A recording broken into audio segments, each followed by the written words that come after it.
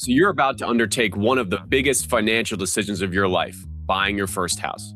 Well, this episode, we got you covered.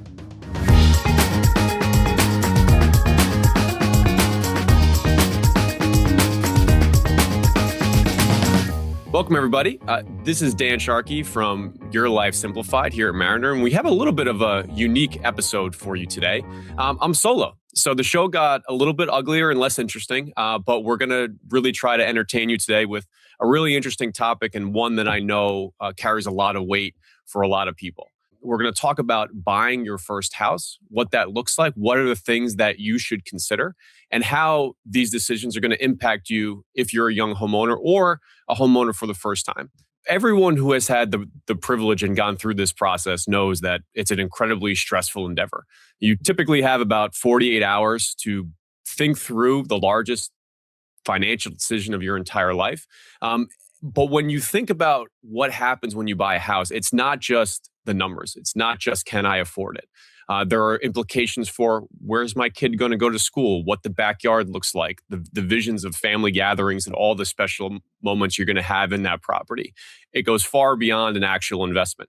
So here, what we're going to walk through are some of the things that you can do now to prepare yourself for that event and all the different considerations that you should have with yourself, your partner, whoever is coming on this journey with you. The shift to home ownership is a big one, and it's not just a simple purchase. It really is a long-term commitment. It's a place that's going to be the largest cost center of your life for the foreseeable future.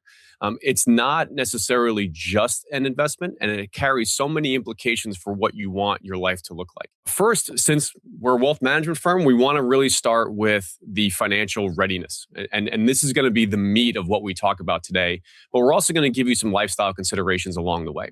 So let's just say you've entered this point where if you're like everybody else in their mid to late 20s, early 30s, you're probably very familiar with Zillow and Redfin and all the other resources that are out there. But what should you be thinking about now before you get to the actual decision point? And there's one key element to this that I really want to spend a lot of time on, and that is, please, if you're listening to this now, I hope you're not buying a house this weekend. What I mean is that you can be financially ready. You can take all the necessary steps that we'll walk through in this episode to get to the point that when you enter that point in your life, that you can make this decision, that you're fully prepared. This is going to be very important for a variety of reasons, not least of which is that the competition, which we'll talk about a little bit later in the show, is more intense than ever. Inventories that are at historic lows, and there's never been a lower consumer sentiment about the ability to buy a home for the first time. When you're in that type of competitive environment, you really want to make sure that you are at the top of the list in your own personal readiness. Think about if you're going on a trek or hiking in the woods, you want to be as prepared as you possibly can for all the different scenarios that may come your way, and ensure that you are the most capable position you can be in when that day does come. So let's talk about some basics that we really want you to think about. First, a lot of this is going to be repetitive. I'm sure you've heard these tools before and some of these tips and tricks, but they are still critically important to ensure your success. Thinking about what your down payment is going to be. Typically, 20% is the standard number that is used, but why does that matter? Well, when you reach that 20% threshold, in nearly every case, you can avoid what's called mortgage insurance. That's just an extra fee on top of what you already have to pay to ensure that the standards of lending that you reach provide enough security to the lender to lend you your mortgage. You also want to make sure you have enough equity cushion, right? How much of the home do you actually go into?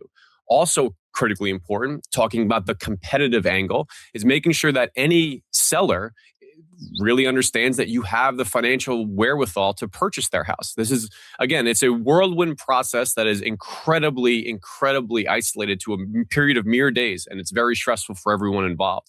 Better position that you can put yourself in, the better off you will be. In addition to making sure that you have liquidity for the down payment, again, relative to the sales price. So when we say 20%, we mean 20% of the overall sales price. There's a bunch of other considerations that you really need to make sure that you can do now to put yourself in the best possible position. Making sure that you have some extra cash set aside. That can be dedicated for everything like the house may need a new roof, any other moving costs. If you've ever lived, I happen to live just north of Boston. If you ever have lived in Boston and realize that everyone moves at the same time, there are realtor fees and moving costs and other expenses that you're going to have to absorb above and beyond the sales price. What we often see first time homeowners get sidelined with is they get too focused on what the actual cost is, ignoring those other factors. Thinking about how much you can actually afford. A good rule of thumb from a debt to income ratio is that your housing cost should probably be no more than 35%. And that would say is on the high side. Ideally, you're somewhere between 28 and 32% from your income to how much overall debt you will owe. Speaking of debt, do you have any credit card debt, student loans, anything else, a car payment? Please factor that into those ratios when you're thinking about how much home you can actually afford. Thinking about what you can do in preparation, there's also some longer term factors that you should really be aware of. Your credit score. Do you know what it is? When was the last time you checked it? Understanding where your credit is, understanding if you have a partner, what their credit is, if they're going to be attached to the loan. Those are all critically important pieces that you want to properly account for. Okay, so you decide that you have the proper down payment and you're beginning to think about all the different things that come through. You've looked at your debt to income. Well, have you really looked at the other expenses that are associated with it? Have you thought about the repairs that are needed, the moving costs, which I already touched on, the ongoing maintenance? Do you need snow removal, trash, landscaping, all things that as a renter or if you're living in another property, you may not have had to consider before? You need to factor all of those elements in to really understand the carrying cost of a property. I know we talked about an emergency fund, and as financial advisors, you're going to hear a lot about that in mostly everything we do because of the security that it provides. But above and beyond that, do you have a separate fund set aside for maintenance costs? My HVAC just went, for example. We need to paint the house. The house needs new windows. The plumbing needs to get changed. The garbage disposal just broke. And if I'm rattling these off quickly, that's from personal experience. So these are the types of things that you really need to account for. I want to emphasize these are not to ever be considered as emergencies. If you are doing proper planning and thinking about this appropriately, nothing I just mentioned should come as a surprise. I need to do tree work. The patio has a crack. I need to retile and repave the driveway. These are all things that are predictable, will happen over time, and things that you should be absolutely prepared for. The biggest mistake that we see people make is just thinking about the mortgage in and of itself. And that's not a good enough reason to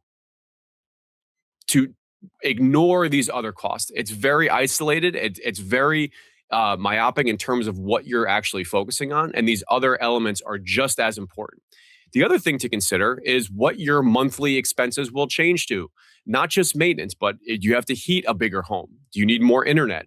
Is there any other utility bills that will have to be accounted for? Are you now paying for oil or natural gas for the first time? You're not just buying a home. You're buying every future repair, every utility bill, and all the other demands that that particular investment will require from you. Okay, so let's say you've considered all of that. You've thought through the different processes. You've thought through the different elements that you have, and now we're time to determine whether or not this is appropriate for you. So how do I begin to think about those things? Well, what does your income actually look like? I think it's important to have an honest conversation with yourself about where you are today and also where you are likely to go. Not one that's overly rosy, that you're expecting a growth in your total income that might be beyond what is reasonable, but not one that is doomy and gloomy either. If you're younger in your career or still building your bona fides as you grow up and you do expect to earn more in the future, it's okay to factor that into your planning. And this is the point in time when I would tell you, making sure you understand what those numbers look like, making sure that you've talked with an advisor to help you project forward what your value will look like, what the growth rate of the home will be, what the growth rate of my income will be. And those are all really, really important considerations. I would also suggest that the expectation of how long you'll be in that property is really, really critical. Do they have good schools? Do you have a family to worry about? How long do you plan to stay in the area? Are you planning on moving for a short period of time? Is work secure enough where you won't be relocated? The value and generation of home ownership primarily comes from the leverage that's involved and the forced commitment that you have every month to continually pay and invest in that property. If you're there for a very, very short period of time, all the costs that I'm talking about, moving, repairs, maintenance, all the different things that are going to be required of you, do not have enough time to really pay you back. Having some clear vision as to whether or not you're going to be in that area for at least 5 years, I would probably argue closer to 8 or 9 at a minimum, will really give you some really good insight as to whether or not you can afford to undertake this idea. So we've talked a lot about the things that you need to do, how you can be prepared, and we know that this is a 50,000 foot view. I also want to leave you with some good news and some positive vibes and a green light to undertake this. Don't just look at the house itself, fall in love with the pictures you find on Zillow. Really consider the other elements into this decision as to whether or not this is something that you actually want to undertake. I think homeownership, while it's become a struggle for a lot, and we want to make sure that we acknowledge that, is still one of the best ways to ensure your legacy, but you want to go into this decision with clear eyes. It's also okay to push yourself, to put yourself in a position where you might be a little bit stretched, but if you've done the work, if you have the emergency fund, if you've thought about the other expenses, if you've looked at your income, if you've done the projections with your advisor to put you in a place to most likely to succeed, you should enter this conversation with confidence. Don't get overly enthusiastic. Don't be ignorant to the steps that are required. Make sure you understand what's there, but this is a really important element in a lot of lives, and we would really encourage you to go for it. If you haven't been able to do this work on your own, we're here to help. Call your advisor. Call Mariner for the first time. We know that you're ready to take this step, and we want to make sure that you're here to help you. So if you're excited, if you want to close on your dream house, even if you're doing it this weekend, make sure you have someone to talk to so you can actually make this a reality and get your keys for the first time. If there's anything that feels unresolved, that's your biggest indicator that you need to do more work, talk to an advisor, and make sure that you're aware of all these steps before you ultimately take the big plunge. It's a really exciting time for most people. We want to make sure that that dream stays available for everyone. And at Mariner, that's our biggest goal. We'll see you next time. The views expressed in this podcast are for informational and educational purposes only and do not consider any individual, personal, financial, legal, or tax situation. As such, the information contained herein intended and should not be construed as a specific recommendation, individualized tax, legal, or investment advice. Where specific advice is necessary or appropriate, individuals should contact their own professional tax and investment advisors or other professionals regarding their specific circumstances and needs prior to taking any action based upon this information.